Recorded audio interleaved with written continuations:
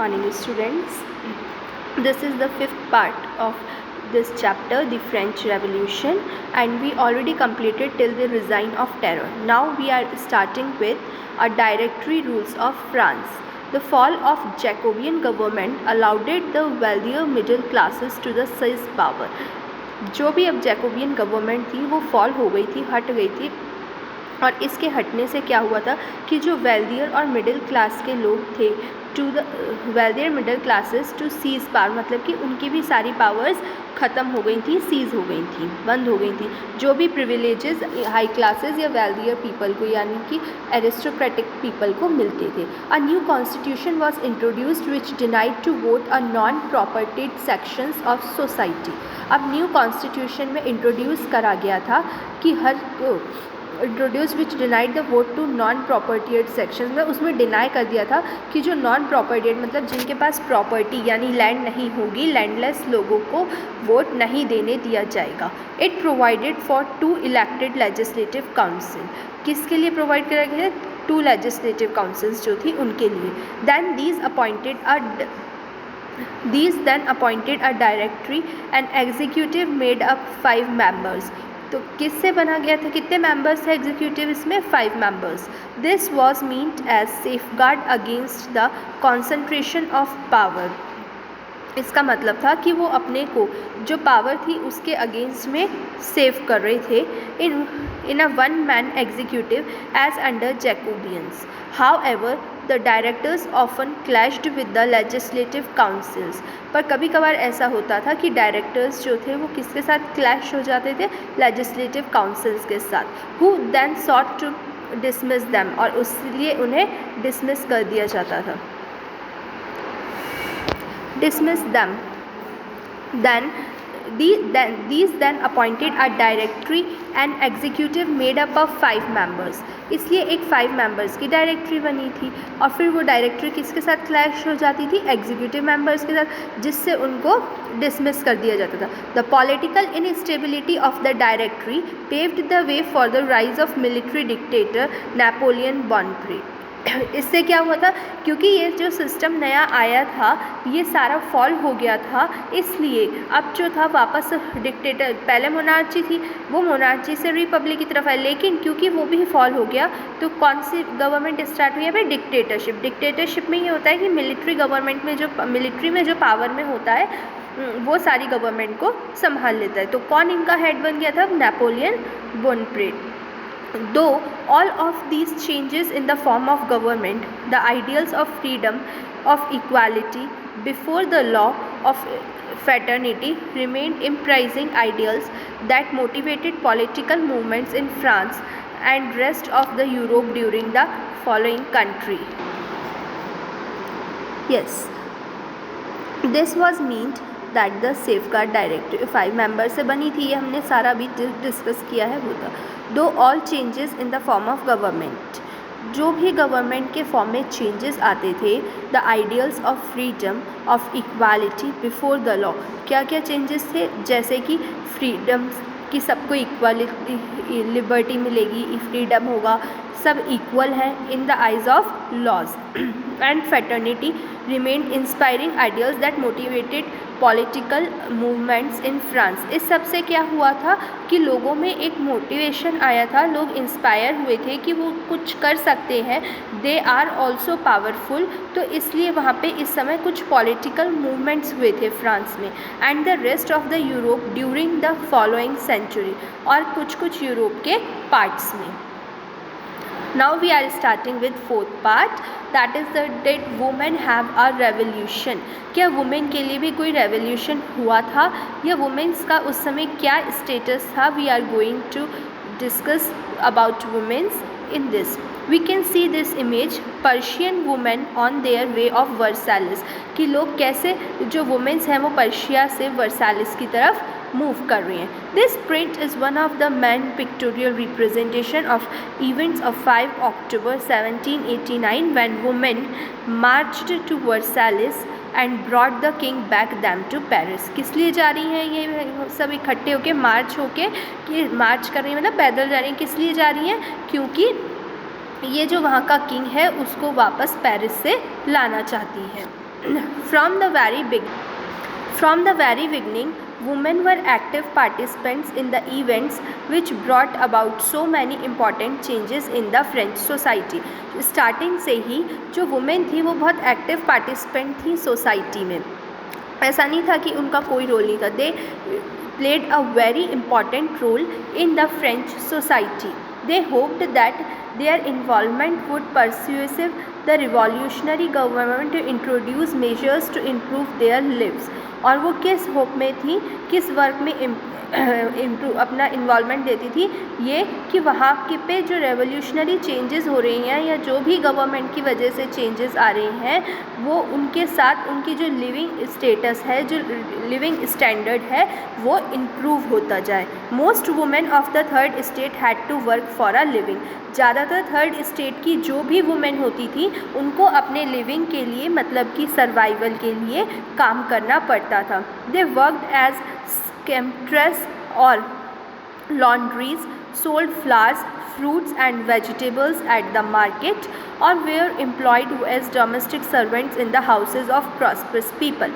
वो क्या करती थी, या तो वो किसी के घर पे काम करती थी लॉन्ड्रीज़ पे, या जैसे फ्लावर सेल करना, फ्रूट, वेजिटेबल ये सब सेल करती थी, या फिर एज अ सर्वेंट किसी के घर पे काम करती थी. Most of the women did not have access to education or third state could not study a convent.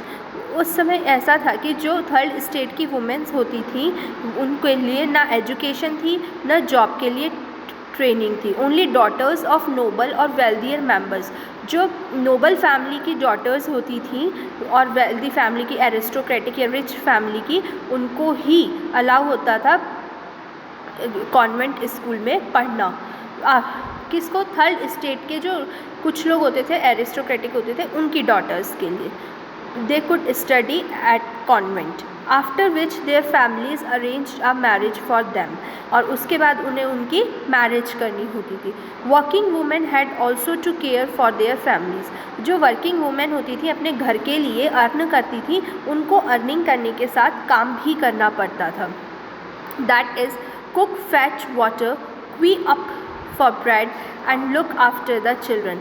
It means कि क्या काम हो सकता है, कुक करना, वाटर पानी भरना, ब्रेड तैयार मतलब रोज़ सबका लंच और फूड तैयार करना, एंड चिल्ड्रन का ध्यान रखना. Their wages were lower than those of men. और उनकी जो वेजेस होती थी वो भी लो होती थी मैन के कंपैरिजन में, चाहे वो उनसे ज़्यादा काम कर रही हैं या बराबर का, बट जो वेजेस किसको ज़्यादा मिलती थी, मैन को.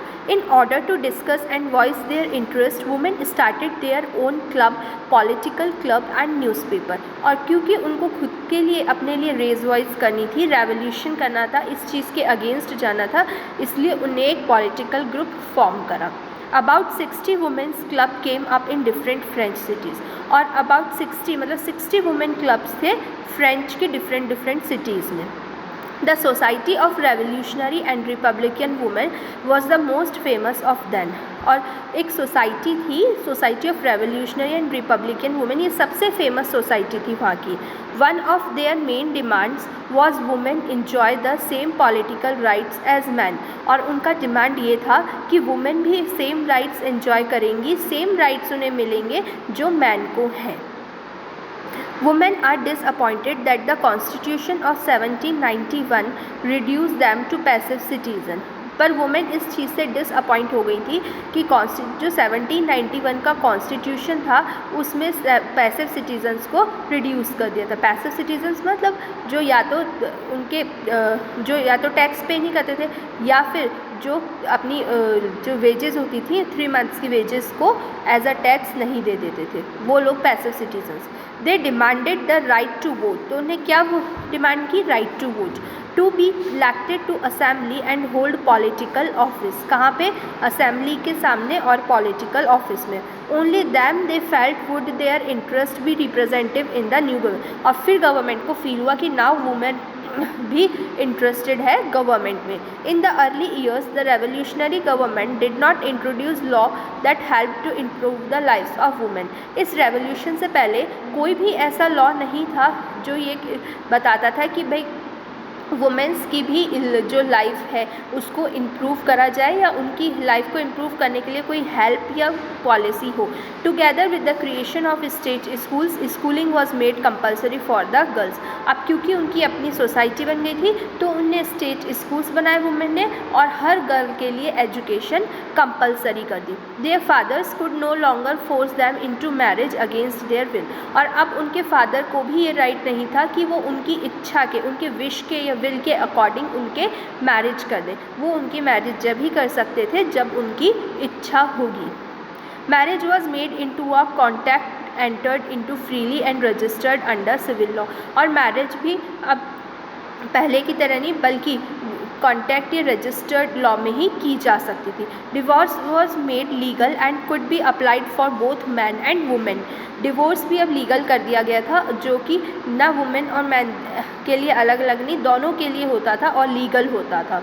Women could now train for jobs, could become artisans और रन स्मॉल बिजनेस। और वुमेन को भी जॉब्स के लिए ट्रेनिंग देने लग गए थे जिससे कि वो अपना खुद का बिजनेस चला सकती थी। Women's struggle for equal political rights however continue during the regime of terror. पर ये सब पॉलिटिकल राइट्स के लिए उन्हें कब तक लड़ना पड़ा? जब तक कि रिज़ाइन ऑफ टेरर हुआ था। The new government issues law ordering, क्योंकि ये सब लॉज किसने इशू किए थे? न्यू गवर्नमेंट ने। Closure of women's club and banning their political activities. और इस समय क्या हो गया था कि वुमेन क्लब जो था वो भी क्लोज हो गया था और सारी पॉलिटिकल एक्टिविटीज़ पे बैन लग गया था। Many prominent womens were arrested and number of them executed. और कुछ जो बहुत सारी वुमेन्स थी अरेस्ट कर ली गई और उन्हें एग्जीक्यूट कर दिया गया, मतलब बंद कर दिया गया। Womens movements for voting rights and equal wages continue through the next 200 years. और ये वुमेन का जो वोटिंग का मूवमेंट था और इक्वल वेजेस के लिए कि उन्हें भी इक्वल वेजेस है, ये अगले 200 सालों के लिए मतलब 200 ईयर्स तक के लिए चलता रहा कंट्रीज़ ऑफ द वर्ल्ड, मतलब वर्ल्ड की किसी ना किसी कंट्री में। The fight for vote was carried out through an international suffrage movement. जो वो फाइट कर रही थी वोट के लिए वो एक इंटरनेशनल सफरेज बन गया था, मतलब अब इंटरनेशनल लेवल पे पहुंच गया था, क्योंकि ये प्रॉब्लम किसी कंट्री की नहीं थी बल्कि काफ़ी सारी कंट्रियों की थी। During the 19th and early 20th century, कब की बात है ये? Late 19th and early 20th century की। The example of political activities of French women during the revolutionary year was kept alive and inspiring memory. जो last क्या example पढ़ रहे हैं हम पॉलिटिकल एक्टिविटीज़ का, कि जो फ्रेंच वुमेन थी during the revolutionary years was kept alive in the imprisoning memory, मतलब वो आज तक मेमोरी में याद की जाती हैं रेवोल्यूशन, क्योंकि उनने वुमेन के लिए रेवोल्यूशन किया था। It was finally in 1946 that women in France won the right to. और फाइनली इतनी लड़ाई रेवोल्यूशन करने के बाद 1946 में वुमेन को राइट टू वोट मिल गया था।